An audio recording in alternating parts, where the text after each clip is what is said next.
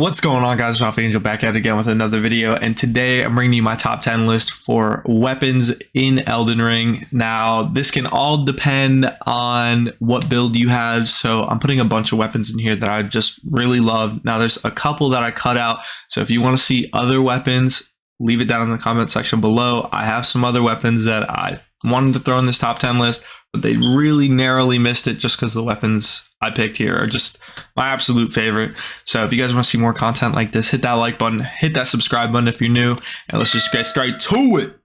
Before I begin, I just want to say that this list is not in any specific order because it can vary depending on your build. And I am sorry, since I've already defeated most of the bosses before my New Game Plus run, I'm only going to be fighting the Albinaric people because I really don't have any other bigger bosses to fight right now. So I'm sorry about that. But let's just get straight into the list. All right, come on. We couldn't make a list without putting this in here. So at the 10 spot, I have the Sword of Night and Flame. I mean, its primary attack is literally the Comet Azure, and its secondary attack, which is like a flame arc ability that kind of hits multiple people all at the same time. It's a super sick weapon. At the number 9, I have one of the coolest and most unique swords. It's the Sword of Saint Trina.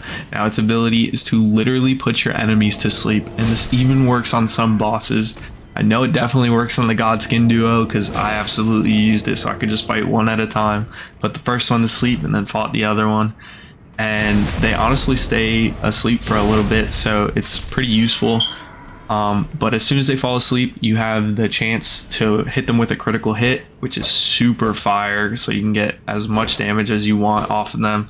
Next up on our list, we have Envoy's Longhorn, aka the Bubble Blower 3000, baby, because that's its ability. It literally blows bubbles at a wide range and like a wide spread, and as soon as they pop, the damage, it actually does a lot more damage than you would have expected from a Longhorn. Just literally blowing bubbles does so much damage.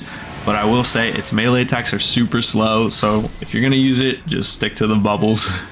Next up on the list, we have the Dragon King's Cragblade. Now, this weapon is so freaking cool, considering its ability is you disappearing into a cloud of black lightning and smoke, which damages the people that are in front of you. So if you're targeting someone and you're in this mist where you're unhittable because you're disappeared into this black mist slash light red lightning, you are unhittable, and it actually does a little bit of damage while you're in this little storm of yours. And as soon as you come out of it, you do some huge powerful lightning attack, which is super cool.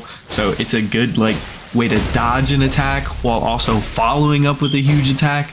And honestly, how could this not be on the list, considering it's like a spear sword too? So its jabs are just like poking people, you know what I mean? It's not just a regular sword or anything. It's a super cool weapon, and I really love it. Next up on the list, at number 6, we have the Moonveil Blade. Now, if you don't already know about this katana, it is super clean. I mean, one, it just looks super cool, so if you just want a sick looking katana. Number 2, I mean, the abilities that it has are pretty freaking good. So one, it has like a horizontal arc slash that is at a pretty short range, so you're gonna have to be pretty close to an enemy if you want to hit them. But it's horizontal slash, which is like the heavy attack. Honestly, it goes pretty far for a katana to be able to shoot that, and it does a pretty good amount of damage. So I honestly recommend this blade if you don't have it already. Alright guys, at the number 5 spot, we have the Blasphemous Blade. Now, this blade heals you every time that you hit someone. Huh? That is so overpowered.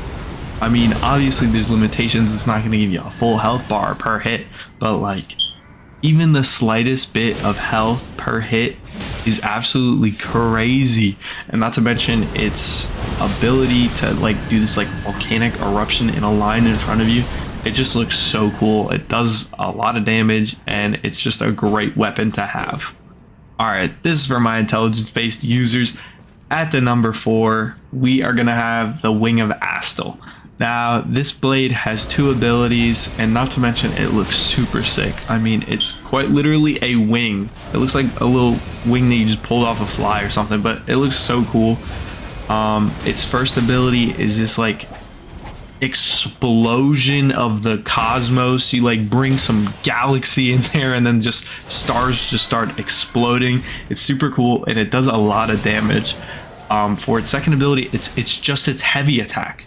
Its heavy attack literally shoots blades of arc, and they don't cost magic. It doesn't cost you anything. It's just its heavy attack, which is super cool.